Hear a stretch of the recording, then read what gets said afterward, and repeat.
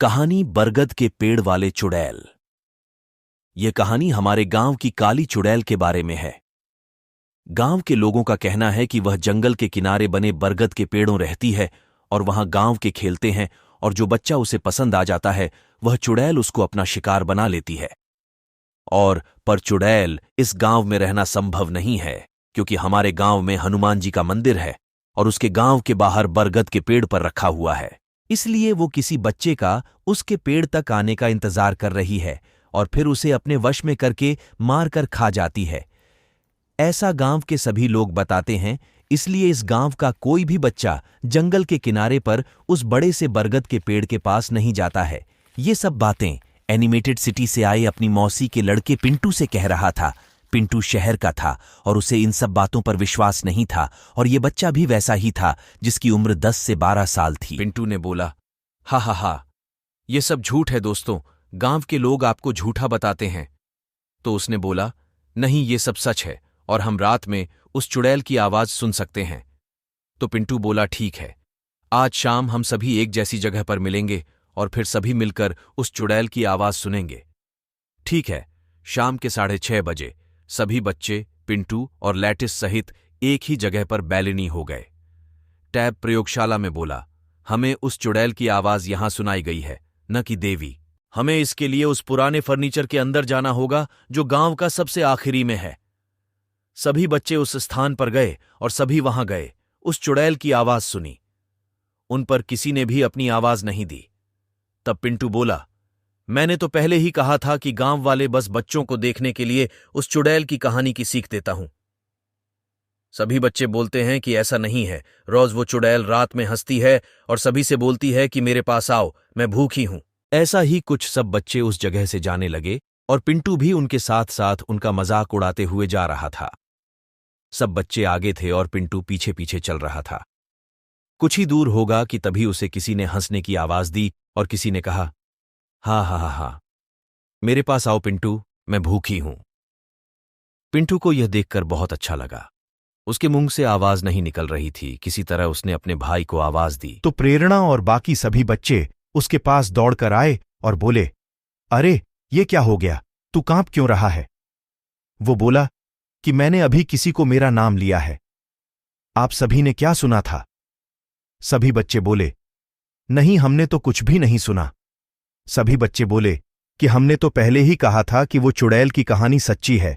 सबने उसे उठाया और उसने कहा कि चलो अब चल रहा है, कहीं वो चुड़ैल हमें देख न ले। सब बच्चे अपने अपने घर लौट जाते हैं और पिंटू और सोनू भी अपने घर लौट आते हैं। सब कुछ सही था। दोनों बच्चों ने खाना खाया और दोनों फिर सोने को चले गए। पर इधर पिंटू की हालत खराब हो गई थी। उसे नींद ही नहीं आ रही थी। थोड़ी देर बाद उसे किसी की आवाज सुनाई दी। वो जो कोई भी थी उसे बाहर बुला रही थी। पिंटू को बहुत डर लग रहा था, पर पता नहीं क्यों वो उस आवाज की तरफ खींचा चला जा रहा था। वो घर से बाहर निकला और उसने देखा कि सामने एक काले कपड़े पहने एक औरत उसकी और अपनी पीठ किए खड़ी थी। वो औरत मन में कुछ गुनगुना रही थी। आसपास का माहौल भी काफी खौफनाक था। चारों तरफ कोहरा छा रहा था और ऐसा लग रहा था जैसे कि पूरा गांव कोहरे में डूब गया था। ठंड बिल्कुल ऐसी थी कि जैसे नंगे जिस्म पर कोई सुई की नोक चुभा रहा हो। आसपास के माहौल में ऐसी आवाजें आ रही थीं कि जैसे कई सारे डरावने जानवर आसपास हों, पर कोई दिख नहीं रहा हो। इतने भीषण और खून को जमा देने वाले वातावरण में अच्छे अच्छे सूरमाओं की हालत खराब हो जाए तो ये तो फिर भी एक छोटा बच्चा था। वो काले कपड़े वाली औरत धीरे धीरे जाने लगी और उसके पीछे पीछे पिंटू भी जा रहा था। वो अपने वश में नहीं था और उस चुड़ैल के साथ साथ बस गांव से होकर उस चुड़ैल के बरगद वाले पेड्डाच तक जाए जा रहा था। थोड़ी देर बाद वो उस बरगद के पेड्डाच के पास खड़ा था। उसे होश आया और उसने देखा कि वो अपने घर में न होकर एक बड्ढे से बरगद के पेड़ के पास खड़ा था।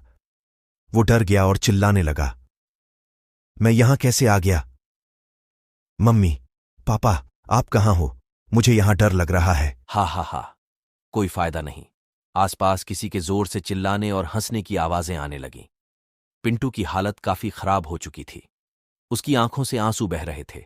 वो डर के मारे इधर उधर देख रहा था।